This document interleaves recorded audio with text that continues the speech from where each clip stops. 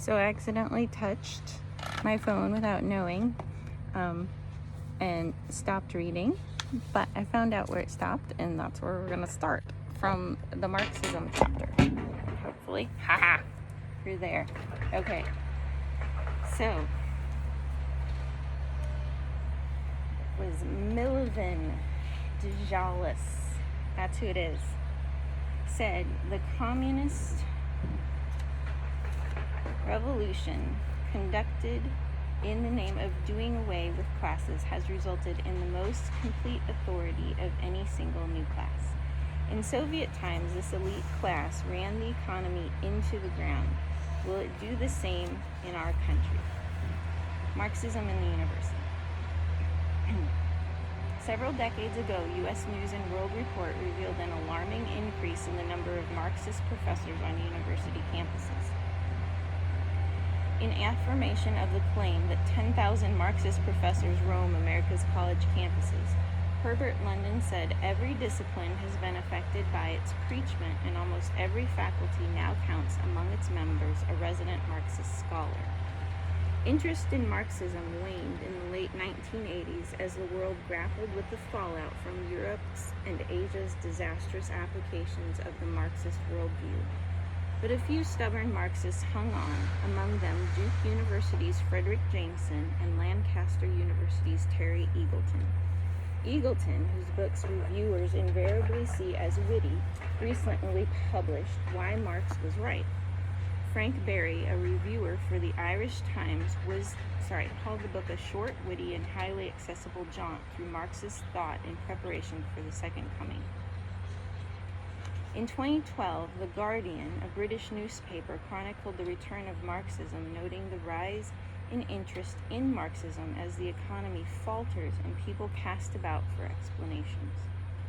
Martha Gimenez, a sociology professor at the University of Colorado and an influential academic, argues that Marxism is the proper framework through which to understand everything that happens in society today. She says, we are, in Marxist terms, an ensemble of social relations, and we live our lives at the core of the intersection of a number of unequal social relations based on hierarchically interrelated structures which together define the historical specificity of the capitalist modes of production and reproduction and underlay their observable manifestations.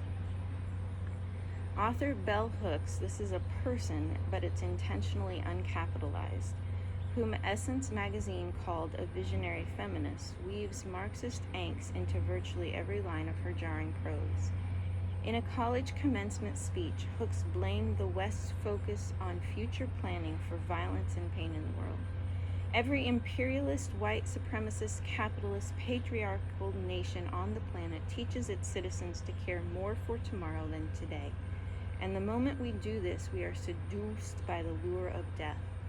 To live fixated on the future is to engage in psychological denial. It is a form of psychic violence that prepares us to accept the violence needed to ensure the maintenance of imperialist, future-oriented society. What kind of person thinks it is evil to defer gratification and plan for the future? Perhaps a person who suspects that her well-assembled dish of ideas for this evening's party will be rancid by morning. At any major university, you'll find some professors overtly evangelistic about Marxism and many others sympathetic to Marx's aims. The Socialist Worker newspaper will probably be distributed on campus, and various leftist groups will compete for attention and funding. The same is likely true in your state capital and in Washington, D.C. How is it possible for Marxist ideas to still be attractive to so many for so many years after they presumably lost public favor? It only makes sense when one considers the two central doctrines Marxists use to make sense of everything else: dialectical materialism and economic determinism. Section 3. What Marxism teaches. The overarching Marxist narrative or story culminates in class equality through economic revolution. The exploiters, those who control the means of production, for example, those who own businesses and employ people, lord it over the exploited. those who do manual labor, who do not have an ownership stake in their workplaces, or who do work but do not own their workplaces. Overthrowing the exploiters will free the exploited. We'll all be happier if we are all the same. Every so often, there are protests clamoring for people before profits, demanding a leveling of the economic playing field. While Wall Street corruption is well documented, protesters demanding the dismantling of the capitalistic system are merely repeating talking points, even if unwittingly, of Marxist agitators from a century ago. Those talking points consist of more than the seizure of private property.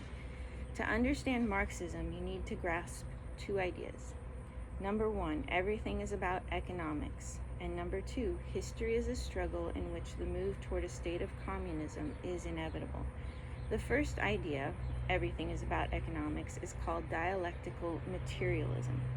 The second, history is a struggle in which the move toward a state of communism is inevitable, that's called economic determinism. Let's look at each. The Hegelian dialectic was a view of history conceived by the German philosopher Georg Wilhelm Friedrich Hegel.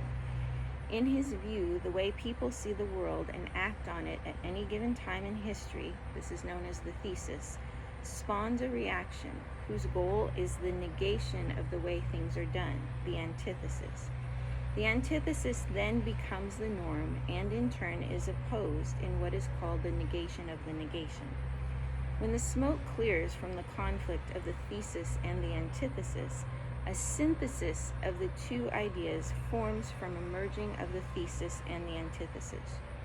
The synthesis becomes in turn a new, more advanced thesis. For example, the differences between Greco-Roman democracy's democrat, the thesis, and slave, the antithesis, were lessened somewhat in the difference between feudalisms, aristocrat, and serf, that was the synthesis. Inevitably, though, the conflict process begins again, leading to yet another synthesis, now making a thesis of the feudalistic aristocrat and an antithesis of the serf, at an even more advanced level. For Marxists, the dialectical process is the means of progress. The conflict is always spiral upward toward a better way of thinking. That's hard to understand, but we'll get it in class, don't worry. Materialism in philosophy does not mean coveting luxury goods. Materialism says that only the world of matter exists. There is nothing outside of nature. No God or gods exist. To Marxists, materialism and atheism are non-negotiable. In our evolutionary conception of the universe, Engels said, there is absolutely no room for either a creator or a ruler. As Fyodor Dostoevsky, I'm going with that one, said, the problem of communism is not an economic problem. The problem of communism is the problem of atheism. Even though evidence for materialism has not yet materialized, Marxists are confident it will. The Marxist scientist A.I. Oparin stated, "We have every reason to believe that sooner or later we shall be able practically to demonstrate that life is nothing else but a special form of existence of matter." Marx and Engels adapted Hegel's ideas about what happens in the mental realm to explain what happens in the material world. This hybrid philosophy is called dialectical materialism. The world, according to Engels, is always changing, always evolving. The goal is always move forward, to be progressive. Nothing lasts forever. In this endless maze of relations and interactions, things are always clashing and changing. Conflict is inevitable. You might think of conflict as bad. The Marxist, however, wants conflict. It is the only way society will advance. The main place this conflict takes place, Marxists say, is in the production of goods and redistribution of wealth. In short, it's all about economics. Economic determinism. The view that economics is the foundation for the whole social superstructure is called economic determinism. So, in the last paragraph, when they said 1 and 2, I think they got them backwards, because it seems like dialectical materialism is more about history and economic determinism is about economics, which when I read it, that's why it didn't make sense, but that's free. Sorry, had a little pause there. So let us go on. The view that economics is the foundation for the whole social superstructure is called economic determinism. Engels wrote, in every historical epoch, the prevailing mode of economic production and exchange, and the social organization necessarily following from it, form the basis upon which is built up, and from which alone can be explained the political and intellectual history of that epoch.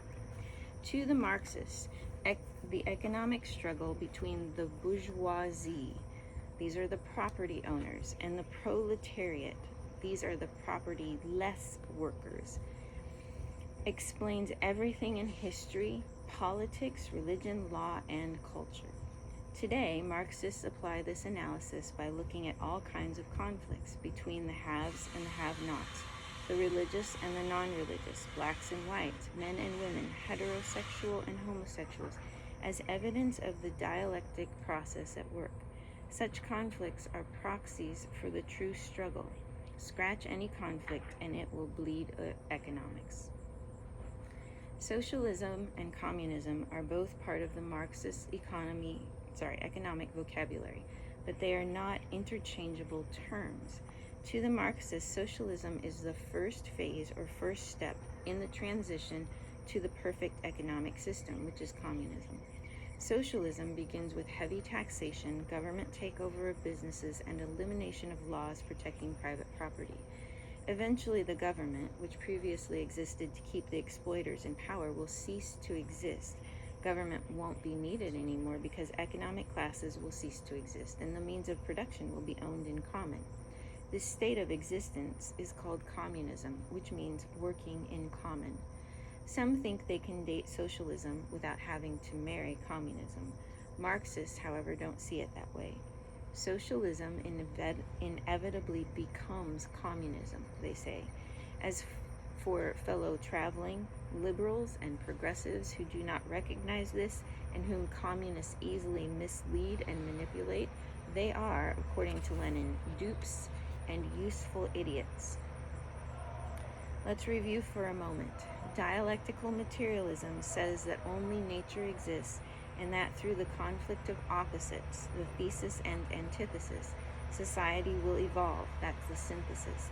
Economic determinism says this evolution is an economic process in which society moves to a more enlightened state of common ownership of the means of production. No one is exploited and everyone works together. Christianity, and all religions for that matter, will be overthrown because people will see religion as a trick used to keep them from standing up against injustice. Capitalism, democracy, and the free exchange of goods and services will also be overthrown by newer, better ideas.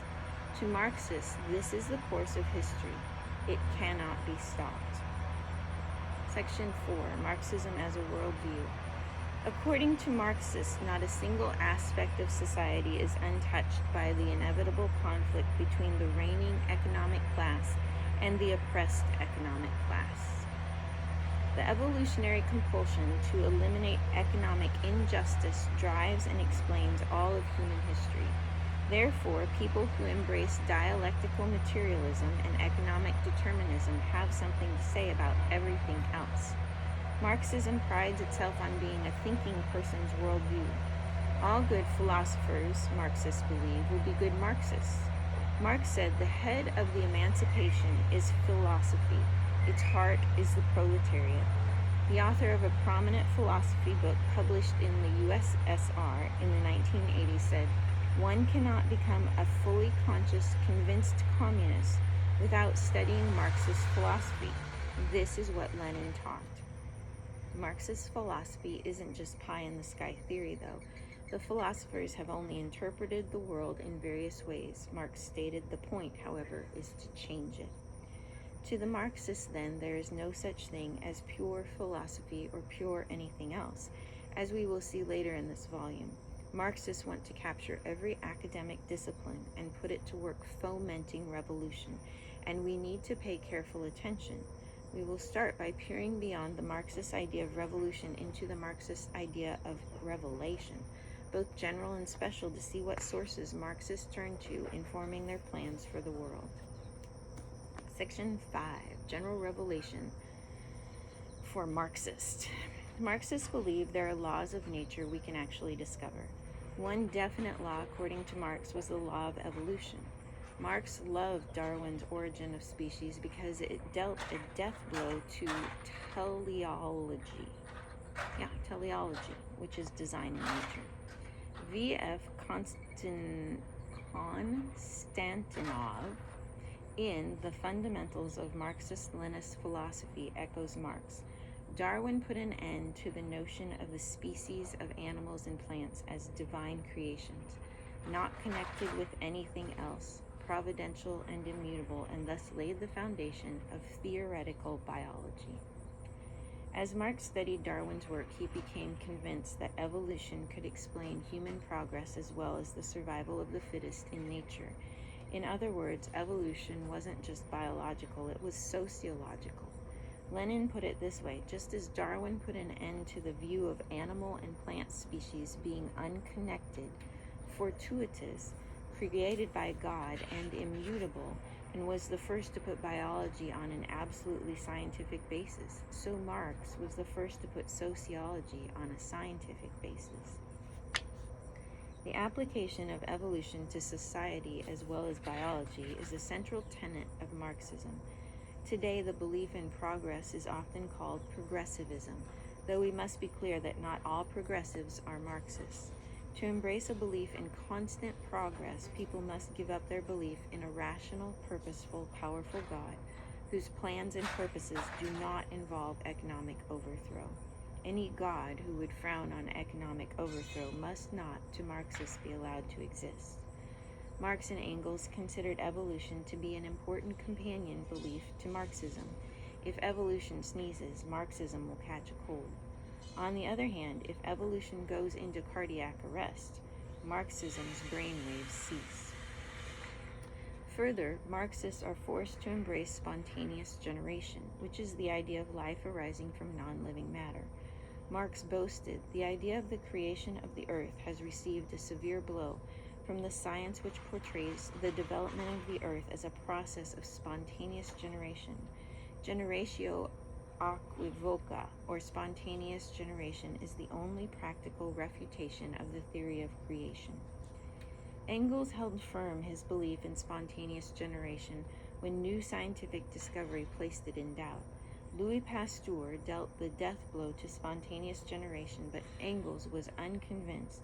Pasteur's attempts in this direction are useless for those who believe in this possibility of spontaneous generation.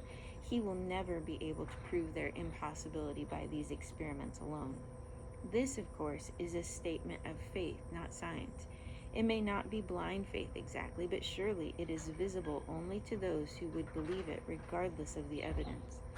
What does the Marxist say about special revelation, about the things we cannot know by observation but must be revealed to us?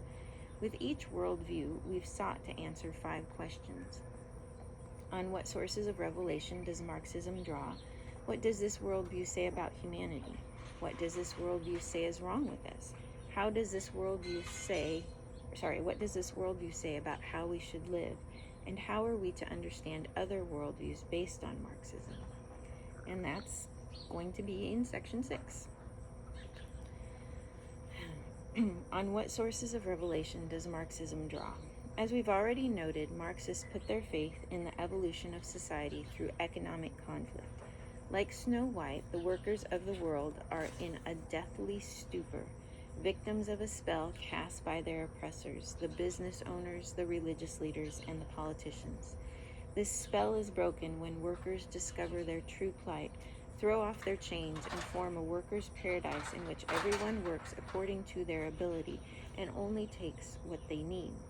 To those who have felt the lash of oppression, this narrative is deeply compelling, but why would Marxists believe it is true? What sort of revelation convinces them? The Communist Manifesto is, according to one of its modern-day publishers, a work of great prescience and power. Commissioned by the Communist League and written by Marx and Engels, the manifesto laid out the League's purposes and program. It suggested a course of action for a proletarian revolution to overthrow capitalism and eventually to bring about a classless society. Since the time of the Communist Manifesto, communists have formed various schools of intellectual thought, such as the Frankfurt School of Theodor Adorno and Herbert Marcuse, terrorist groups, such as the Red Brigades, and even interest groups, such as the Communist Party USA and International Answer. Prominent Marxist thinkers from the last 100 years include Herbert Aptheker, William Z. Foster, Paul Robeson, Gerda Lerner, Erich Foner, Howard Zinn, Antonio Gramsci, Grigory Lukács, Walter Benjamin, and Eric Hobsbawm. At the dawn of the 21st century, Michael Hart and Antonio Negri audaciously set out to update the Communist Manifesto for today's global situation. Their book, entitled Empire, was published in 2000. The National Review referred to Empire as the communist hot, smart book of the moment, and Foreign Affairs magazine called it a sweeping neo-Marxist vision of the coming world order. Hart is a professor at Duke University who, according to Duke's website, teaches a couple of classes each semester and spends 3 hours in the office each week. Negri's career, on the other hand, is much more colorful. His association with the Red Brigade's terrorist organization in Italy landed him in prison several decades ago. While behind bars, Negri won election to the Italian parliament. Consequently, he claimed parliamentary immunity, was released from prison, and escaped to France, where he lived and taught for 14 years. Eventually, Negri returned to Italy to serve a reduced sentence of 6 years. Harvard University Press described Empire, which was published in the middle of Negri's prison term, as an unabashedly utopian work of political philosophy, a new communist manifesto. Hart and Negri blamed the United States, and specifically the United States Constitution, for re-engineering imperialism into a brutal world-dominating ideology. 4 years after publishing Empire, they published the follow-up work, Multitude, which called for people to rise up and attack capitalism. In 2009, the authors published Commonwealth to articulate specific ideas about how they would govern the revolution by holding wealth in common. This, the authors say, involves reimagining the opposition between the ideas of public and private. It's a ruse, of course. Reimagining the difference between public and private is the justification robbers give up for reappropriating your wealth. Marx and Engels would probably be somewhat awed by the audacity of this project, and certainly proud. Question 2. What does Marxism say about humanity? Engels believed thought and consciousness were products of the human brain, and that man himself is a product of nature, which has been developed in and along with its environment. He further stated all nature, from the smallest thing to the biggest, from a grain of sand to the sun, from the protista, the primary living cell, to man, is in a constant state of coming into being and going out of being, in a constant flux, in a ceaseless state of movement and change. So everything is material. Humans are really nothing more than matter in motion, but they are always evolving and hopefully growing in their class consciousness, their awareness of their oppressed state. This, in turn, will motivate a new ethic, a proletariat morality, to justify whatever actions Marxists take to overthrow our existing social conditions. According to Scientific Communism, a glossary, devotion to the cause of the working class, collectivism, mutual aid, camaraderie, solidarity, hatred toward the bourgeoisie and toward traitors to the common cause, internationalism, and stoicism in struggle are traits which not only define the content of proletarian ethics, but also characterize the moral image of the typical representatives of the working class. Based on proletariat morality, hardcore Marxists openly admit that killing the bourgeoisie was a basic duty. "We are exterminating the bourgeoisie as a class," said Martin Y. Latsis, a top official of Lenin's secret police. Latsis and his comrades were quite candid. They saw their actions as moral, as necessary to creating their better world. Nikita Khrushchev, president of the USSR, after Stalin explained, "Our cause is sacred. He whose hand will tremble, who will stop midway, whose knees will shake before he destroys tens and hundreds of enemies, he will lead the revolution into danger. Whoever will spare a few lives of enemies will pay for it with hundreds and thousands of lives of the better sons of our fathers." The evolved person's class consciousness leads to a new form of morality, one which erases his sense of mercy toward his former oppressors. In this heightened state, he can control his destiny and eliminate those whose backward ways slow society's advance toward true communism. So, what does Marxism say is wrong with this? The problem with society is an economic one to the Marxists. Marx said that in a capitalist society, the bourgeoisie equate personal worth with exchange value, leading to naked, shameless, direct, brutal exploitation. Marxism rejects the Christian view of the sin nature that we are all corrupt and in need of a savior. The exploiters alone are guilty, and there is no salvation apart from their overthrow, which will lead to rapid societal transformation. William Z. Foster was one of those who believed the principles that built the Soviet Union could transform America as well. His 1932 book, Toward Soviet America, breathlessly proposed an ambitious vision for education in a future communist America. Foster wrote, "Among the elementary measures the American Soviet government will adopt to further the cultural revolution are the following. The schools, colleges, and universities will be coordinated and grouped under the National Department of Education and its state and local branches. The studies will be revolutionized, being cleansed of religious, patriotic, and other features of the bourgeoisie ideology. The students will be taught on the basis of Marxian dialectical materialism, internationalism, and the general ethics of the new socialist society." Foster continued, "Science will become materialistic, hence truly scientific. God will be banished from the laboratories as well as from the schools." This must have sounded laughably ridiculous to his readers at the time, but go back and read Foster's statement once more. How much of his vision has already taken place? If Foster were ever to achieve his vision for education, he had a chilling plan for the next step, dismantling the influence of the church. "The churches will remain free to continue their services," Foster stated, "but other privileges will be liquidated. Their buildings will revert to the state. Religious schools will be abolished and organized religious training for minors prohibited. Freedom will be established for anti-religious propaganda." Foster wasn't just some nut with a typewriter.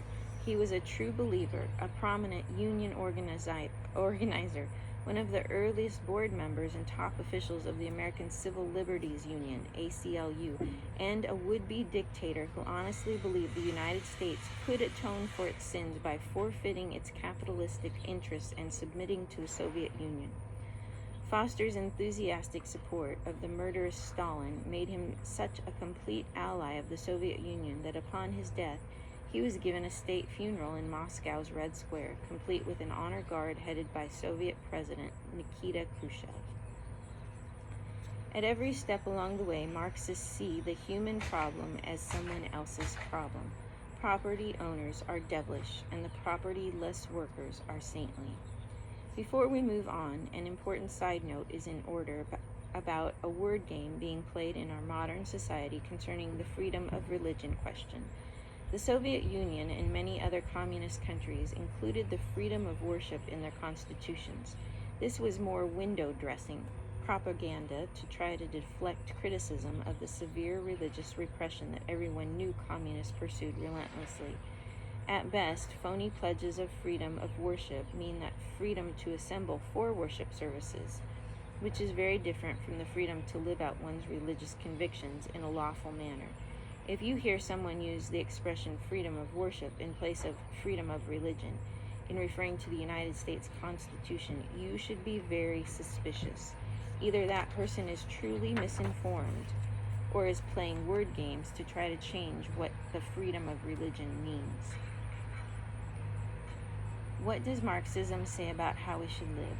Marxists see the march towards socialism and eventually communism as a historical inevitability. This is where social evolution will take us. Resistance is futile. Those who march alongside will become free, and to those who resist, the Marxists say, we know who you are and where you live. We will not be able to protect you when the revolution comes.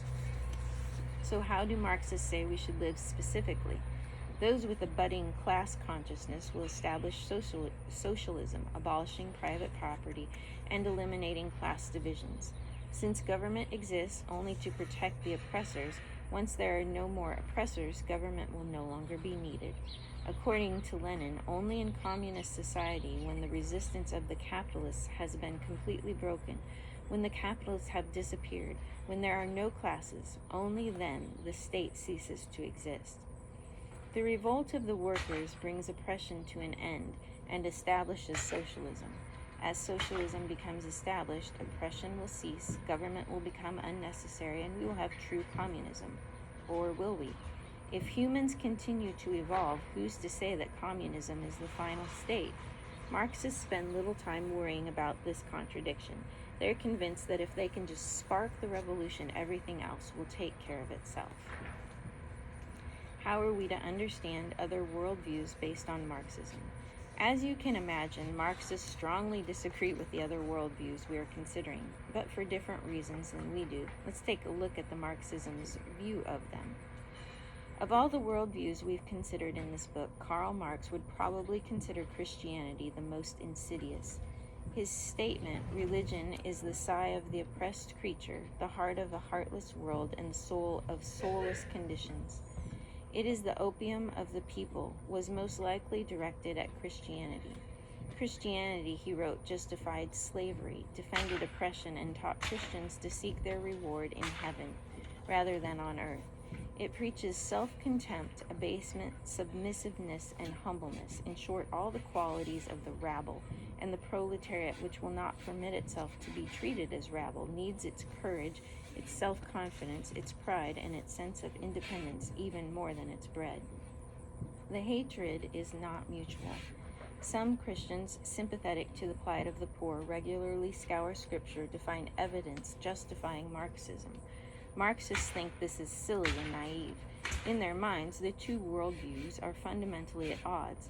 Christian leftists may open their arms, but Marxists reject the embrace. We'll examine this issue more thoroughly in the chapter on economics. Secularism. In the United States, claims New York Times columnist Ross Douthat, communism remained a tribal phenomenon that was never a mass phenomenon in the way that the new secularism seems to be or seems capable of becoming. It was an intellectual tribe, but not a political demographic. It was not for want of trying.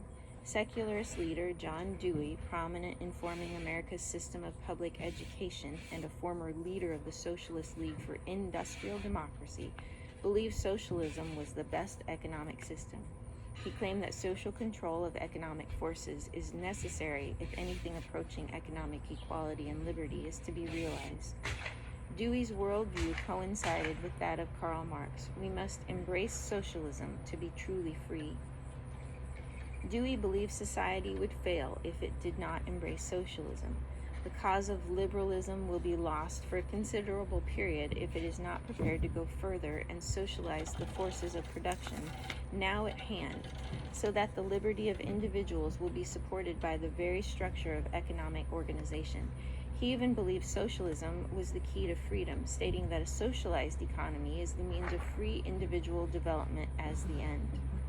The Soviet Union saw John Dewey's writings on education as the means of fulfilling the demand of the Communist Manifesto for free education for all children in public schools. Dewey traveled to the Soviet Union and upon his return wrote a glowing tribute in a special series of articles for one of the top journals of the American progressive left. Only years later, in response to Stalin's persecution of Leon Trotsky, did Dewey waver in his affinity for the Soviet regime. John Dewey's student, Corliss Lamont, one of the founders of secular humanism, was even more enamored of the Soviet Union than Dewey. He even headed up Friends of the Soviet Union, which historian Paul Kenger calls an odious front group. New spirituality. It is difficult to tell whether there is any convergence between New Spirituality and Marxism in practice, but in theory, the two worldviews are radically different. Marxism strongly critiques all religion because it draws energy away from anti-capitalist fervor. Marxism's denial of any transcendent reality would draw protests from New Spiritualists, and they see Marxism's brutal way of pursuing its aims as a manifestation of negative energy and ego. In their comments on economics, however infrequent, New Spiritualists tend to focus on individualistic pursuits rather than rejection of capitalist structures. Still, Marxism and New Spirituality do have a common grandfather. George Hegel, the philosopher whose dialectic approach is so fundamental to Marxist thinking, wrote frequently of the oversoul, the soul of nature, which bears more than a passing resemblance to the New Spirituality belief in a higher consciousness. Philosopher and mystic Ken Wilber has incorporated Hegel's thinking into New Spiritualist teachings. To speculate any further, though, would be to stretch the connections beyond where either Marxists or New Spiritualists have been willing to go. It is probably safest to say that Marxists would view New Spiritualists as muddle-headed and unscientific, and New Spiritualists would view Marxists as well-meaning but egoistic. Islam. Muslims see their economic approach as a middle way between capitalism and socialism. Muslim economist Syed Nawab Haider Naqi defines socialism as the abolition of private property. This is also Karl Marx's definition in the Communist Manifesto. In turn, Naqi refers to capitalism as the unlimited freedom of private property, which divorces ethics from economics. To Muslims, economic justice requires economic well-being for all believers. To accomplish this, instituted within Islam are zakat, the almsgiving for the sake of the poor, and jizya, taxes levied against unbelievers within the Islamic community, and laws regarding inheritance. On the issue of private property, Naqi contends that Islamic economics rejects socialism's negation of private property, but also rejects capitalism's alleged absolute view of private property.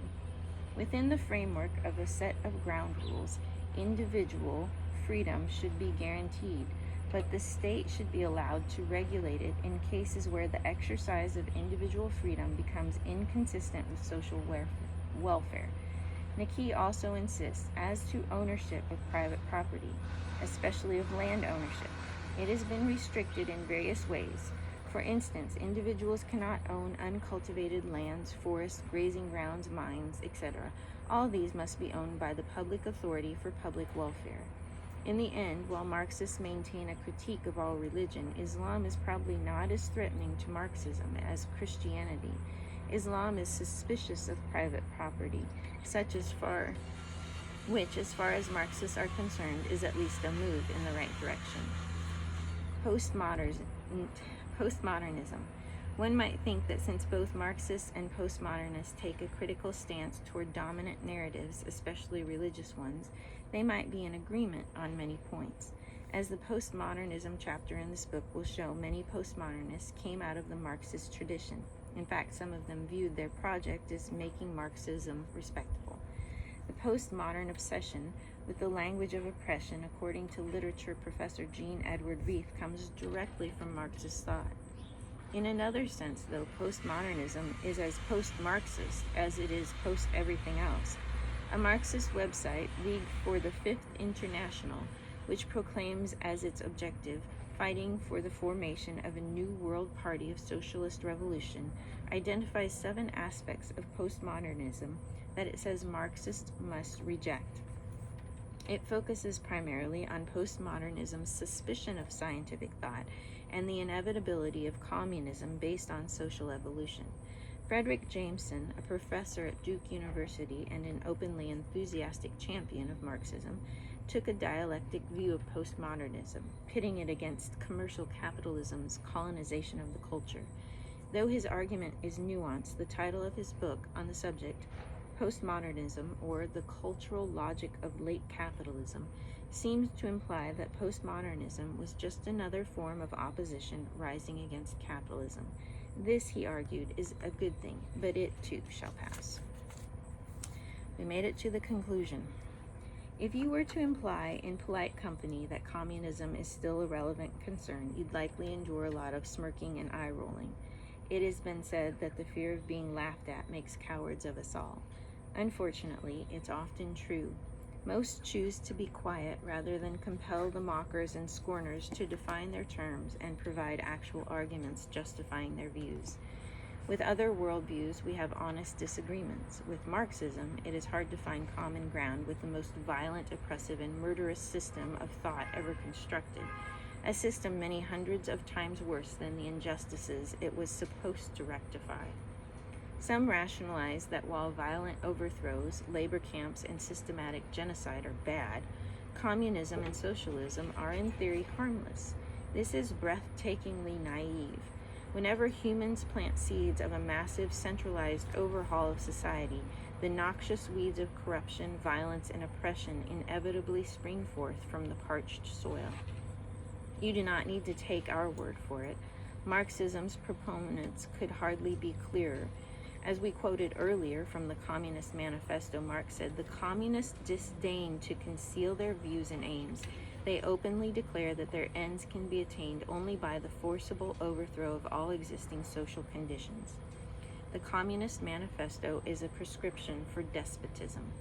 As Marx himself conceded, prefacing his 10 points, of course, in the beginning, this cannot be effected except by means of despotic inroads. Marxism wasn't hijacked by despots. Marxism demanded them. How did this work out in practice? In 1918, Marxists attempted to rapidly institute socialism in Russia by seizing land from its owners. The Soviet Constitution proclaimed all private property in land is abolished, and the entire land is declared to be national property and is to be apportioned among agriculturists without any compensation to the former owners in the measure of each one's ability to till it. The head revolutionary, V.I. Lenin, quickly realized that the Russian economy would never survive such a rapid move to socialism. In 1921, he declared, "We are no longer attempting to break up the old social economic order with its trade, its small-scale economy, and private initiative. It's capitalism.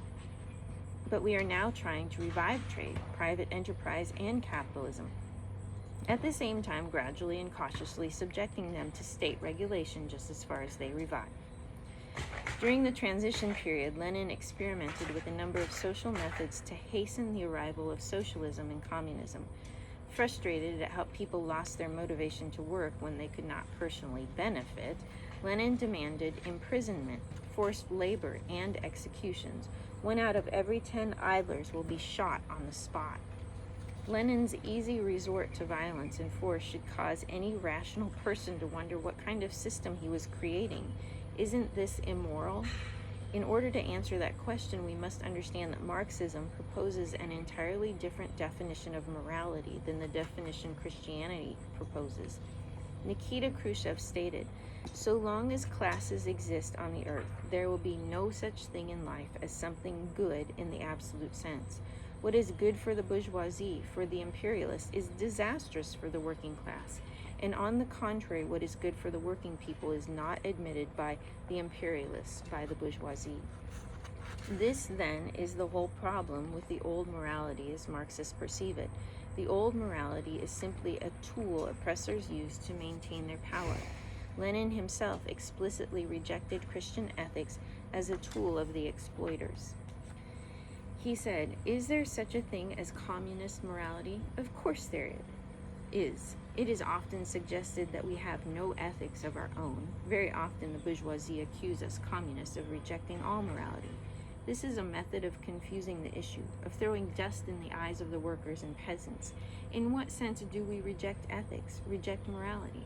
In the sense given to it by the bourgeoisie, who based ethics on God's commandments.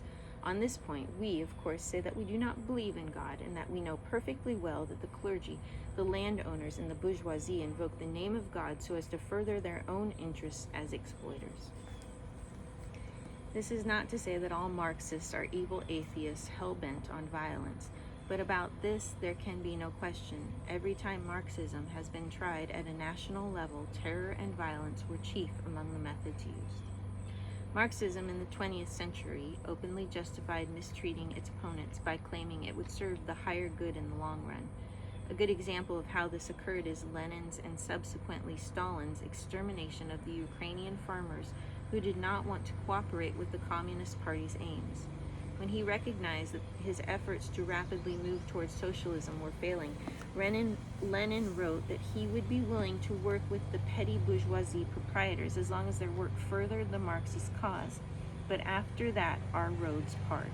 Then we shall have to engage in the most decisive, ruthless struggle against them. Ultimately, Lenin declared that these farmers, which he called kulaks, needed to be eliminated as a class. They were not human beings, he said, and thus he viewed them as legitimate objects of economic terror. Stalin took Lenin's philosophy to heart, stating, "To put it briefly, this dictatorship of the proletariat is the domination of the proletariat over the bourgeoisie, untrammeled by the law and based on violence, and enjoying the sympathy and support of the toiling and exploited masses." Consistent with his rhetoric, Stalin announced on December 27, 1929, the liquidation of the kulaks as a class. Ivan Barani, a Ukrainian citizen who estimates that the Soviets killed 10 million of his countrymen between 1927 and 1939, concluded, "The party clique, which follows the slogan expressed by the saying, 'The end justifies the means,' is actually always ready to use any means." Clearly, then, Marxism views violence as temporarily necessary and not morally questionable. Marx, Lenin, Stalin, and a host of other Marxist heroes saw it as a moral duty to overthrow the exploiters by any means necessary. "It was well worth the price paid," said Lenin, "even if for every 100 correct things we committed 10,000 mistakes, our revolution would still be, and it will be in the judgment of history, great and invincible." That Lenin and those who followed him were becoming exploiters of an even more brutal sort either did not register with, or was ignored by, the leaders who had the power to stop it. The unmarked graves of tens of millions testify to the horrifying consequences of Marx's grand vision. It is in many ways a reaction to Marxism's totalitarianism that many other worldviews began to forsake the idea of ruling by force and began to turn inward towards spiritual enlightenment rather than societal change. Such is the case with the worldview of new spirituality, which we will examine next. Woohoo!